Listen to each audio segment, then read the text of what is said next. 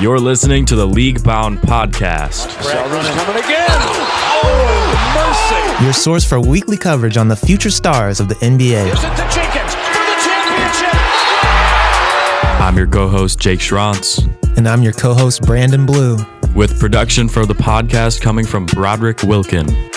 With the first pick in the NBA draft.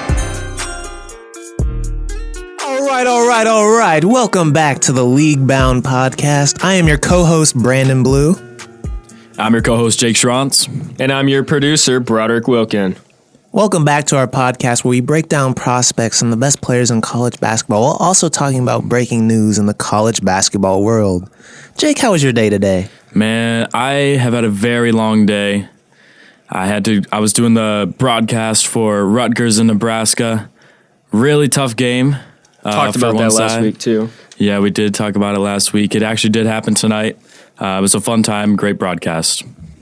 Yeah, really unfortunate that we lost. But first off, let's get into our new segment, the negativity section. Sir. Negativity!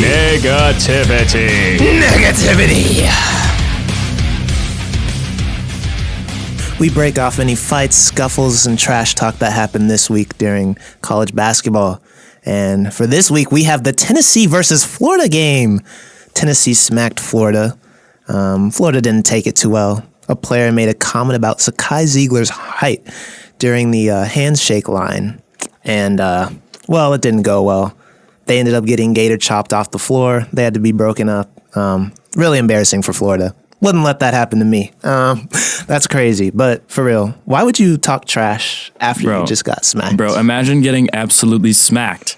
And then you try to fight back a little bit after the game, and some random frat guy is just gator chopping you off the court, just absolutely laughing at you. Like, that's just embarrassing. Yeah. Florida should have just taken the L and just got back in the gym. I agree with that.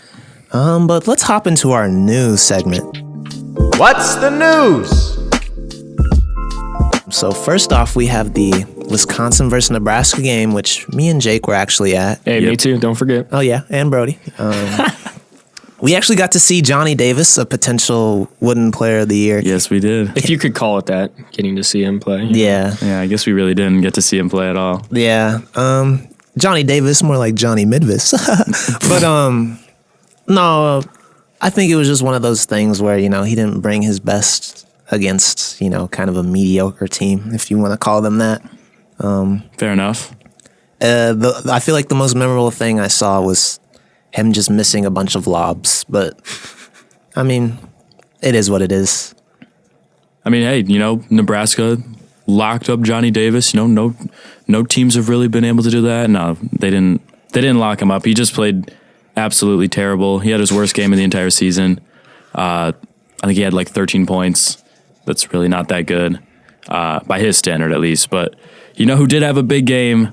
Bryce McGowens. You know it. He had 23 points. It was probably his best Big Ten performance so far this season. But I think the game tonight might have changed that a little bit. But we'll get into that later.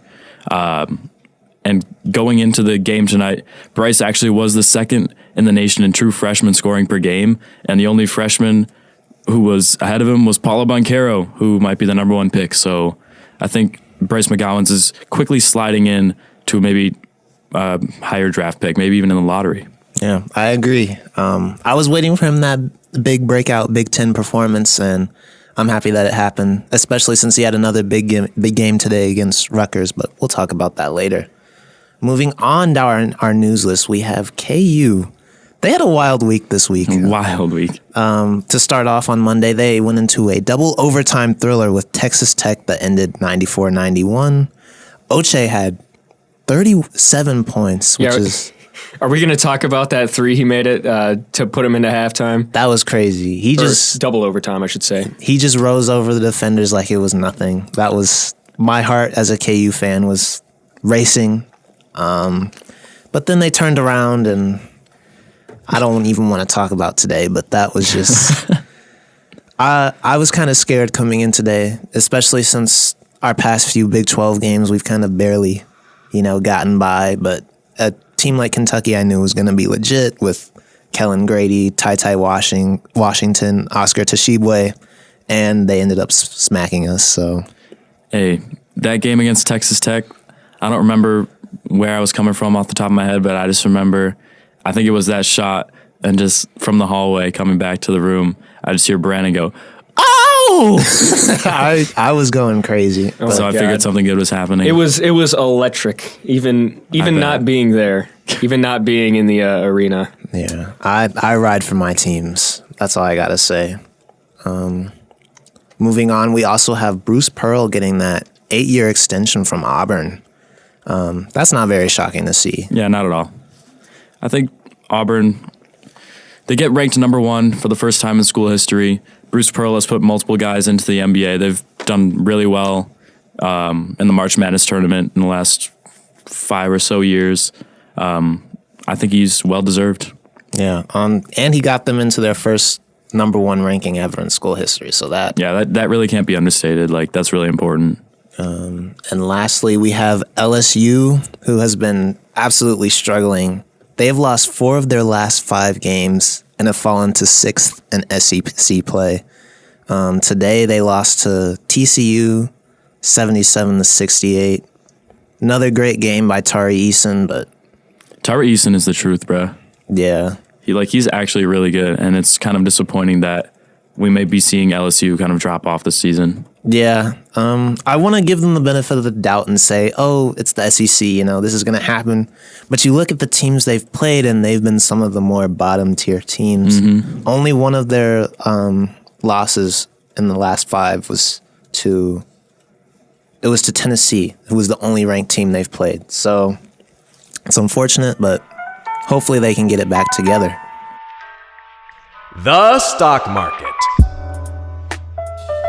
All right, so now let's bring it into the stock market, where we go through some players that we think their draft stock has gone up, and then we have a player who we think that their draft stock has gone down this week. So for my first player with a stock up, I'm going to go with Justin Lewis out of Marquette. He had 33 points in a win over Seton Hall. He's averaging 16.6, 8 rebounds, 1.9 assists, and he's 44% from the field. He's 6'7", 245 pounds, which, just for a scale, for our listeners, that's bigger than Jimmy Butler and even a little bit heavier than Kawhi Leonard. So, that's just, that's pretty important on the wing. He's a pretty good shooter this year. He's a shooter that really developed into being a shooter. He wasn't just right away, because last year, he was 22% from 3. This year, 34%. So that's a 12% increase in the same amount of games that they've played this year. So that's really good. And he's also went from 58% from the free throw line, which is terrible as a freshman, to 76% this year, which is pretty good. It's about average to above average. So I think he's done really well this week and has boosted his stock up. And then my second player, we've already talked about him a little bit, but it's got to be Bryce McGowens. I got to call the game live tonight against Rutgers. He's had 2 games this week of 20-plus points. If you do the math, he had 52 points in 2 games. That's absurd, especially with 23 of them coming against Wisconsin, who's probably a top 2 to top 3 team in the Big Ten. Mm-hmm. And a lot of that game, he actually was guarded by Johnny Davis, if you watch it. So, he kind of exposed Johnny Davis a little bit. So, and also tonight, he had 29 points against Rutgers and was probably the best player on the court all night. He was 14 of 18 from the free throw line. He had 3 of 7 from 3-point range, and was just all around just completely dominant for Nebraska.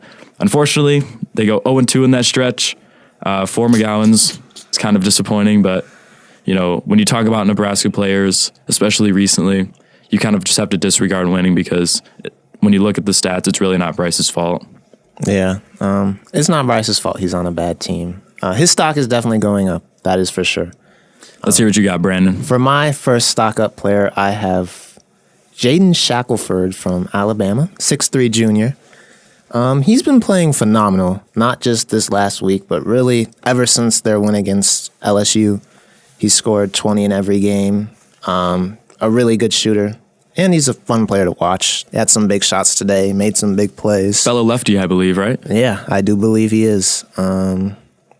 He's averaging 17, 5, and 1 on the season. I think his stock has definitely gone up. But my player who I really want to talk about, even though he only had one good game this week, is Adrian Griffin, or AJ Griffin, as some people call him. Either way. He had 22 points versus Louisville today, but he was 100% from the three-point line, and he had, let me check real quick. He had, I think, 5 threes, which... Here, I'll pull it up for you. Okay. What game was it? Louisville? Duke versus Louisville. You can keep going.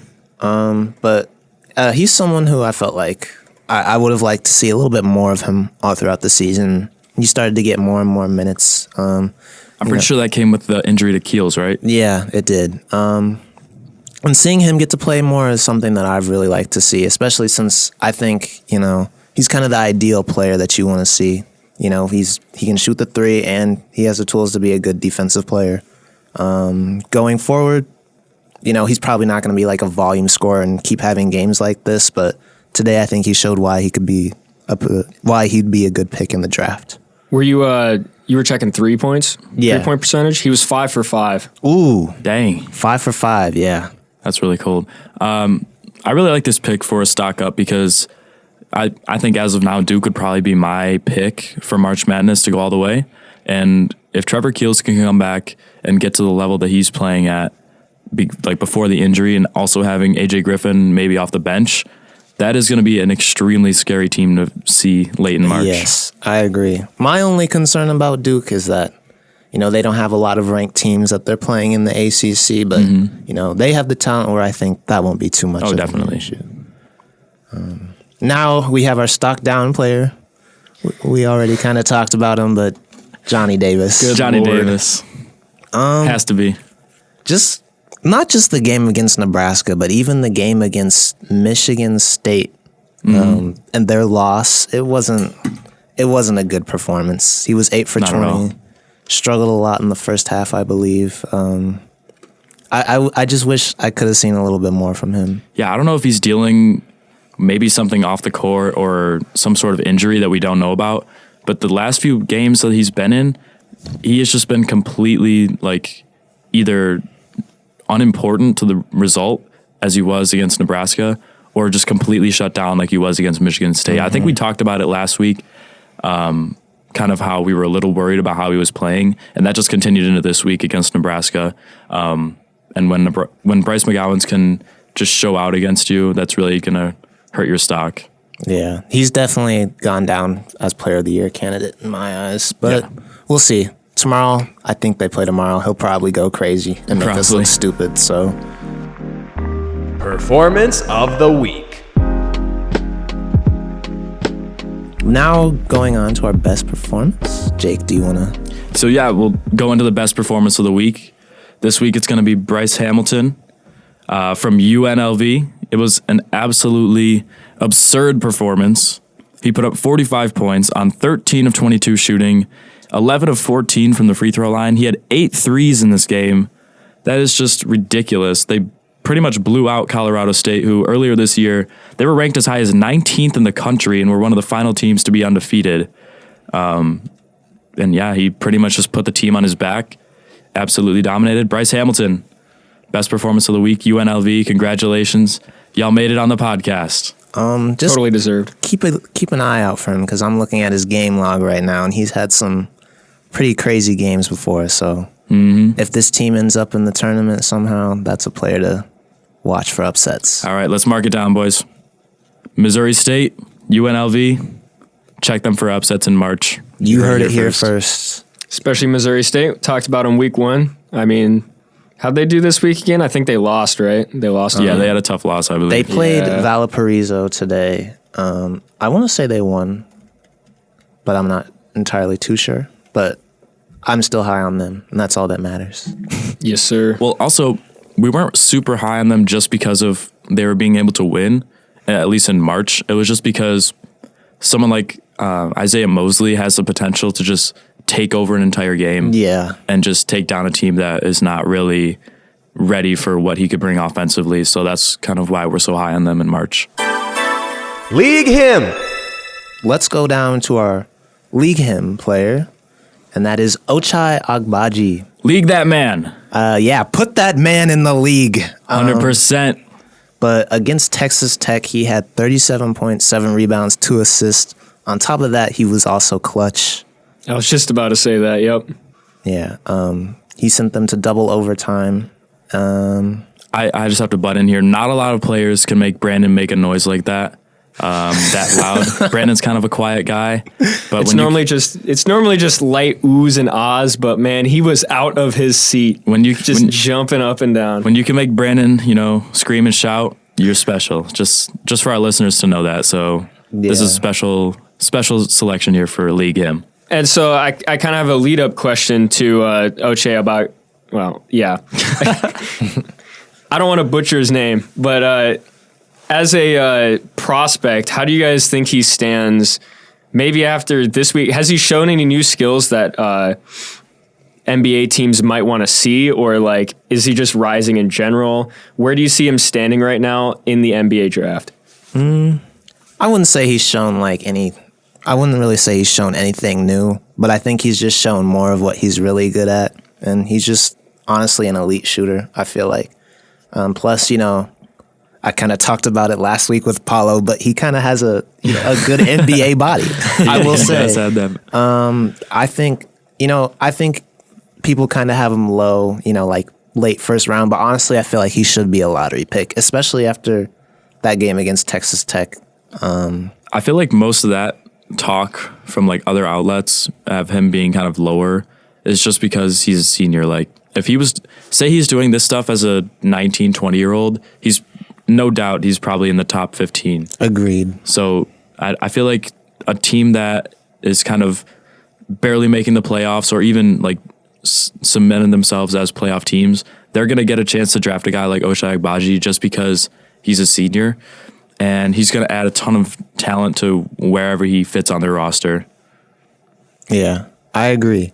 Now, let's get into our prospect breakdown. Yes, sir. Jabari Smith Jr., it is your time. Let's get into some Let's get into some physicals. 6'10", 220 pounds, 7'1" wingspan. Freshman out of Fayetteville, Georgia. Power forward and son of former NBA player Jabari Smith Sr. Yeah, so Jabari, he can get to his spot, and he can really shoot over virtually anyone. As Brandon read off, he's 6'10", he's got the 7'1" wingspan. Pretty much no one can guard that at that position, or any backcourt player is really going to be able to guard that at all. And one of my favorite things about him is when he's paired with a good big, like how he is right now at Auburn with Walker Kessler this year, he can play aggressively in the passing lane. And with the long arms, he can just play without fear of having no one to cover him from behind. So like he can gamble on tough plays, and Walker Kessler can kind of bail him out on the other side. So if he's kind of sent to a team with another good big, so like in the draft, let's say he goes top 3, that's kind of where he's expected to go. So a team like the Magic with Wendell Carter Jr., who's still on the come up. Detroit, they've been pretty bad this year, but I like Isaiah Stewart. I think he can bring a lot of physicality on defense with a guy like Jabari Smith. Alperen Şengün and Christian Wood in Houston, they're still showing out. They're still pretty young as more bigs. Even Marvin Bagley in Sacktown, like if he doesn't get moved at the trade deadline, maybe Jabari Smith unlocks something with him and they become a nasty big man duo. I think all those could be kind of a big combo to match with Smith in the NBA. Yeah, especially since Jabari Smith is a really good shooter for somebody at his size. Mm-hmm. I think the way that he just, kind of casually pulls up in transition sometimes too from the 3-point line is just a lot better than many of the other players in the draft class. And then once he kind of gets his dribble inside the arc, he can find a lot of ways to just get his shot off from the mid-range. And I think that's really the best part of his game, just the mid-range shot. And on top of that, he has a really long wingspan, so he doesn't have to do much to just rise over other defenders. Like at 7'1", like that just gives you so much of an advantage. For sure. I saw some stuff today, like he'll just be in the post. I don't remember who he was going up against, but he'll just fade away, and it's like he'll be heavily contested, and he just shoots it like there's nobody in front of him. There's nobody even in the gym with him.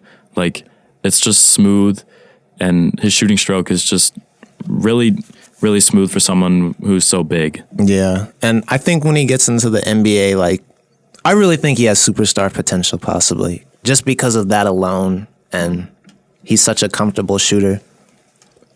That actually kind of does lead me into my question, which you kind of already answered, but what do you think Jabari Smith Jr.'s like ceiling and his floor is in the NBA as it currently stands? His ceiling, I would say, really, I think I could see him being a superstar, as I said. His floor, I think, is already really high. I think the main thing is just putting on, the physicals, because, he's kind of got a skinny frame. So I think it's just putting on the muscle and, over time, that'll really unlock the gateway. Because when you get into the NBA, so much of what separates other players from rookies is just the physicality and where they're at athletically.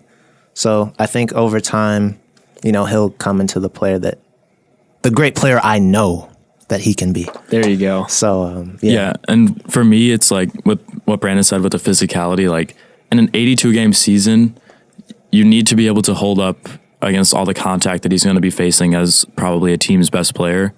And I don't know if this is the best, and like talking about ceiling here, I think it wouldn't surprise me really if he was on the level of a Jason Tatum, like right now, like, or even maybe even better than Jason Tatum, just because I think he might bring a little bit more defensively. But personally, my comp, it's kind of weird, but it would be like Jeremy Grant, but just make him better at like everything, especially defense. And because Jeremy Grant is already a pretty good player, he's not really an all-star every year, but I mean, if you boost pretty much everything about Jeremy Grant just a bit, he's like a perennial all-star. So I feel like that's where Jabari Smith is kind of sit around. Yeah. Kind of going back to the NBA comparison. I don't want to make like a specific comparison because I'm not really good with those.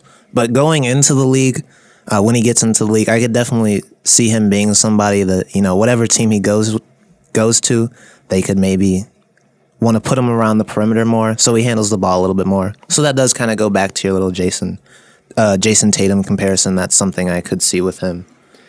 Yeah, and I mean, this is more opinion-based for me, but I really don't like when people start to make takes like, oh, he's the next KD, oh, he's the next LeBron James. When everyone's out here making their own stories for themselves, they're going to play different. They're just different people. Mm-hmm. I feel like maybe, I guess, talking about their legacy, like they could reach that, I understand, but I don't know. Sometimes I feel like they're just like spitballing, oh, next KD. Well, KD's completely different than this guy. Yeah, they might look a little bit like, in terms of physicals, they might be similar and maybe some skill set, but everyone's, a little bit different. Well, look at Andrew Wiggins. He was going to be LeBron James of the future. And that's what I'm saying. Yeah. But now he's an all-star starter, and he's like the best player in the NBA, right? Mm-hmm. This is a little bit off topic. You can go ahead. It answers your question. But I feel like, plus when you compare people when they're younger, it's just so different from when they actually get into the NBA. Because when people get into the NBA, they tend to be more role players, and they start, when you're younger, you have more freedom to do whatever you want to do on the floor. But when you get into the league, even superstars you're more fitting a role and doing a specific job. Like one player that really I think about is Steph Curry, because, he would come off screens a lot and he would just shoot. But when he got to Golden State, he was much more of a ball handler. And that's why I think it's just hard to make. And I mean, there's one thing when you're yamming on college students, LeBron James style, versus yamming on NBA players, LeBron James style. Yeah, for sure. One other thing with Jabari that I would just like to see, and I think it will make him better as a player, like quicker, is having a good point guard to play with, because, we've seen when Wendell Green is on at Auburn, he just plays even better because he has a point guard to put him in the right spot and get him the ball where he needs it. So, I mean, I'm looking at some of these teams high in the lottery right now. Orlando, like Cole Anthony's having an underrated year. Obviously, Detroit would be scary with Cade Cunningham. Houston, Kevin Porter Jr., Jalen Green combo might be able to supply that. Oklahoma City with Shai Gilgeous-Alexander. Sacramento, De'Aaron Fox. Like, all of these teams have pretty good young point guards that I think would put Jabari Smith in some good positions. Yeah. I think now that you're talking about it. I feel like if you pair him up with like a really good guard, especially like say Shai Gilgeous-Alexander, you get a little pick and roll action going with them. I feel like that would be so lethal, especially since Jabari can just rise up over you. He can get to the mid-range shot. That would create so many different opportunities for whoever he plays alongside. And then Poku will obviously become the best player in the NBA. Oh, yeah. Oh, definitely. And then they won't even need Jabari Smith Jr. Okay. Another thing I wanted to talk about. Jabari has some surprisingly good rim protection. He's averaging 1.1 blocks per game. I did say surprisingly, but it's not too surprising when his wingspan is 7'1".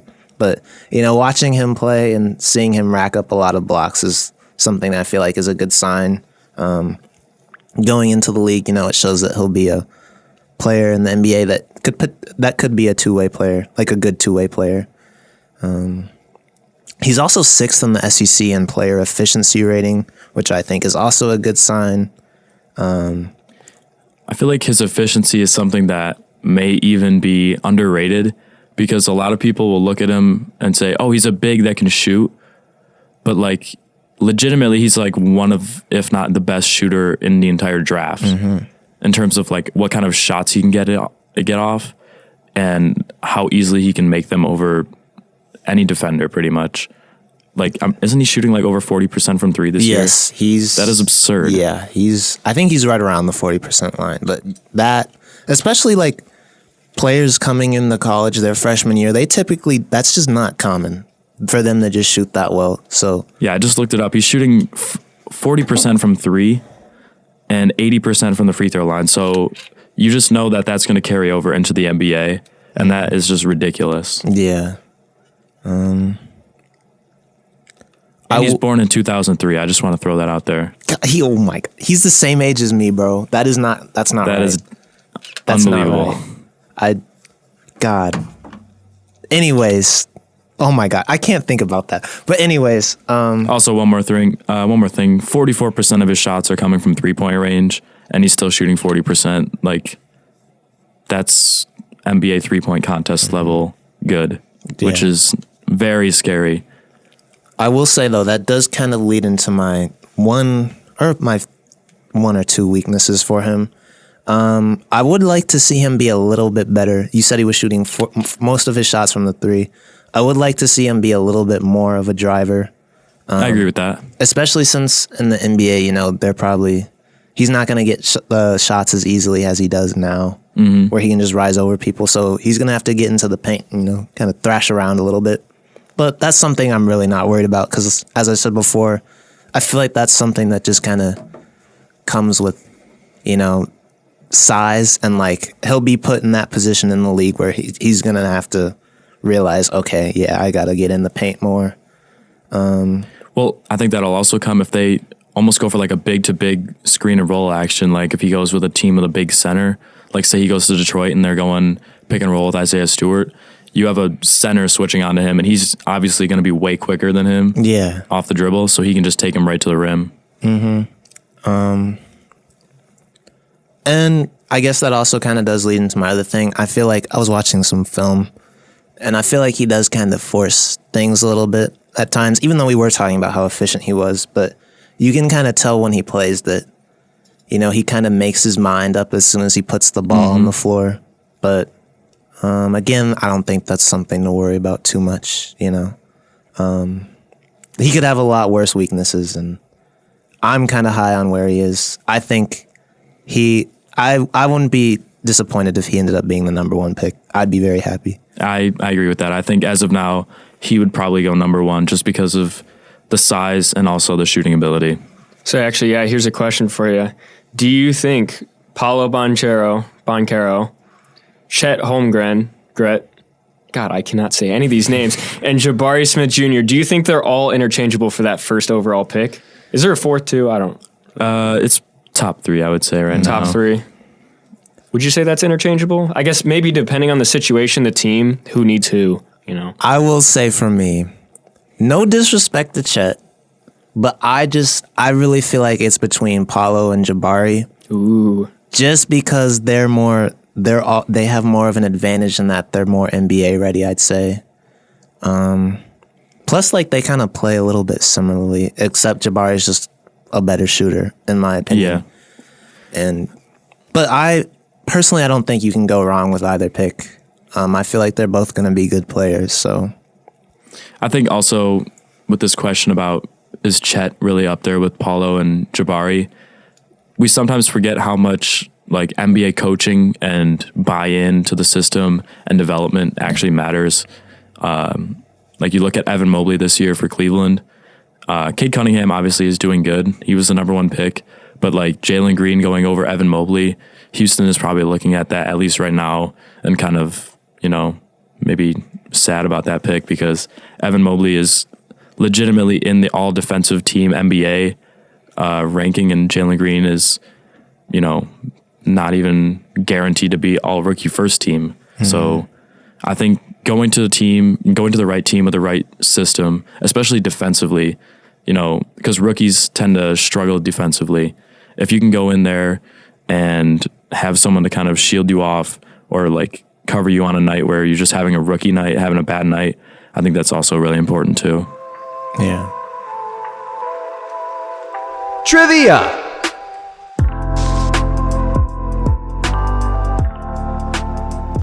And now this brings us to our favorite section, trivia, or at least my favorite section, because I get to talk a lot.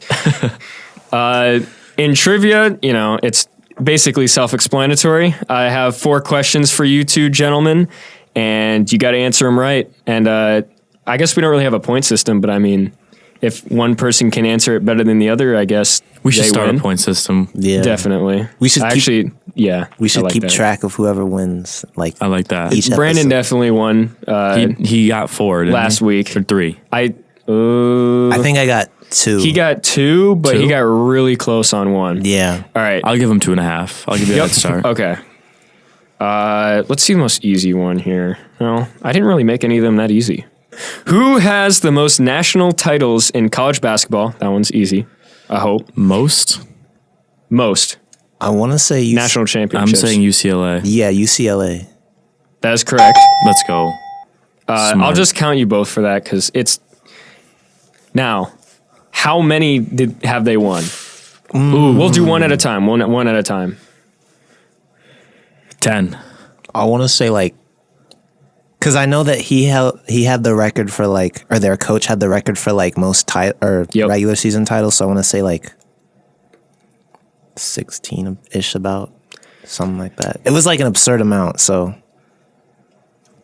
both of you guys are wrong. Dang. He was off by 1. It is 11. 11 titles, at least from what I read. It could be wrong, I guess. And you were right in saying that coach. Where is John it at? Wooden. Yep, where is I'm that snagging at? a half point for that. I don't care. John Wooden won 10 of those titles. Absolute menace. And then Kentucky is right under them with 8 titles. Oh, okay. I didn't know they actually have quite a lot. I did not. Yeah, neither did I. Did not know that. Let's do this one. Only one bottom seed has ever unseeded a top seed UMBC. in the first round. I get Okay. it. He got me. He got it. I knew you were going to say that as soon as. Okay. Who'd they beat? Virginia. What year? 2019. Did you say 18? I said 18. Okay, yeah. Jake got everything Let's right there. go. 19 was the year they He won. absolutely went crazy there. Yep. I'm nice with it. The University of Maryland, Baltimore County Retrievers were the Retrievers, baby. 16th seed, and they upset Virginia. Rip Virginia fans out there. Won That the must have hurt a championship lot. next year? A year after that? Yep. Was it after? Yep. Was it year after? Yeah. A Cinderella story. All right. So I hope I have this right. I could come back and have this totally wrong, but the 2022 NBA draft will be the what annual draft? Like this draft. It will be the Are you asking how many drafts there's been? Yeah, this how many week? drafts have there been? Or how many drafts will there have been after this I'm one? going to take a wild guess and say this is going to be the 54th. Okay, let me hear that, Jake. I'll just go by whoever's closest. I'm going 60 at least. 60 is probably closer because. And the answer is? Can I change my answer, actually? Sure, go ahead. I'm gonna rock with 65. Okay, and you are? I'm 60. I'm holding to it. And you're holding the 60. The answer is 83. Oh, wait, but this is the NBA's 75th. 83. So how Oh, wait. the 75th anniversary? So are they counting Hold like up. the? Well, I don't... They must be counting the NBA ABA merger like too. The trivia doesn't lie. They must. The trivia can lie. I pulled this off of websites that I don't 100% validate. I was like, Hey, I just know I'm not getting the points. So the actual one for this one, because this was the 2018 draft, was where is it? Like that year would have been the 79th annual NBA draft or something. I don't know why I said it like that. Fair enough. But could be completely wrong. Although it doesn't really make a lot of sense. Hey, if you're listening on YouTube, comment down below how many drafts there have been. I swear I have this right. I swear. Yeah, the 2018 draft will be the 79th. I might not have even done my math right, but yeah. It's late. It's late. It's 12:10 in the morning, and we're doing this for y'all. On a Take it Saturday easy. night, so we can get it out on Monday. I've Easy worked peasy. like 10 hours today. Jake All right. was in the lab. He was cooking it up. How many international players have been drafted first overall? This is a lot of numbers. Andrew Bogut was one. I think thank so. you. Yep. Thank you for giving me a free answer. Just one. You don't have to list the names. That would be I way know. too hard. I'm just trying to think of the ones I remember. International. Ooh. Okay. I'm gonna just take International a guess 'cause players. Jake, don't you know. go first. I'm gonna guess. I'm going to guess 9. 9. Okay. What about you, Brandon?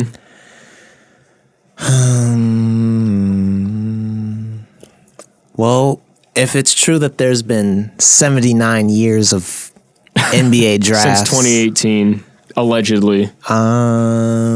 According to the sources. Oh gosh, this is According to wearebasket.com. .net. It's a network. I'm trying to think of Andrew Bogut, Andrew Wiggins, Anthony Bennett. Oh, I forgot that. That was a 2-man stretch right there, Oh 2 years in a row. I'm gonna. It's just My gonna, answer's way too low. I'm thinking now. I'm just gonna guess like 12, 13, somewhere around there. I'm sticking with And 9. the answer is, you're sticking with yours? I'm sticking with 9. And the answer is 8. Oh my goodness. Jake has won this week. I am I'm shook. snagging another half point. I'm shook, bro. All right, you want to hear them all? Yao Ming, Andrew Bogut, Andrew Bogut. God. Andrea Bargnani, That was one. Kyrie Irving, Anthony Bennett, jeez, bro, Andrew Wiggins, and Ben Simmons. It is. How can I forget Ben Simmons? I'm a Sixers fan, but that's Fake fan. That's funny though because like He's Where's barely he even even a from? Sixer. he's from Australia. Australia, too. Australian, but it's funny because like And he's a big fisherman. most of those are from like the past 20 years, Yeah. which is like kind of ironic. You know what? Yeah, it is. Kind They of all ironic. are actually. Well, I mean, the NBA's been growing internationally Yeah. in recent years compared to the past years. Also, I think 3 of those. Well, no. Actually, never mind. I don't know. 2 of those were Cavs picks. 3 of them. Oh, Kyrie. Well, yeah. Yeah. Where did it say where Bargnani was from? He was like French, I think, or something. No, I don't know where he's from actually. Ooh, I have a good question for you. Just a little quick fun one. What city in Australia produced all 3 of those Australian Adelaide? first round picks? Adelaide or like, I think I'm gonna stick with Adelaide I don't know. or Victoria. Seems like Jake doesn't know his Australian I don't know. geography. I don't even barely know any geography. So. Okay, it's dragging on here. It was Melbourne. What? Oh my! Now I look. Okay, All right, let's wrap it. I'm mad. I have to leave this. Hey, pod I with won a- this week. I have to leave this pod. I think I'm with probably an L. leading now. I'm not happy right now. I don't know. I'm definitely gonna study some trivia this week because I will not tolerate another loss. Yeah, you're going to have to study because episode 2 of League Bound has just wrapped up. Make sure you guys tune in next week for episode 3. We'll have another prospect breakdown for you. We'll cover the news. We'll have Who our would that stock prospect market. be? Chet Holmgren. The Chet himself. Chet Holmgren will be week 3. So yeah, make sure y'all stay tuned. Oh yeah, Plug. you can follow me on social media at Jacob Schrantz. I don't know. I don't want to spell it out. You can just look it up at Jacob Schrantz.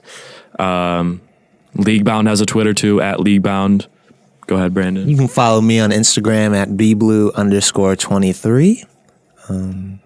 Brody. You can follow me at Brody Wilkin on Twitter and at Broderick Wilkin on Instagram. And also, don't forget, our podcast is not only on Spotify, but also on YouTube. Yes. Check us out on YouTube and Spotify. For YouTube, that's the Leaguebound Podcast. And for Spotify, that's just Leaguebound. Yes. Please follow and subscribe. It really helps out.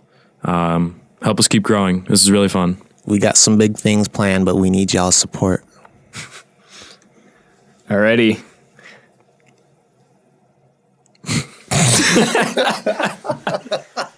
Oh, God.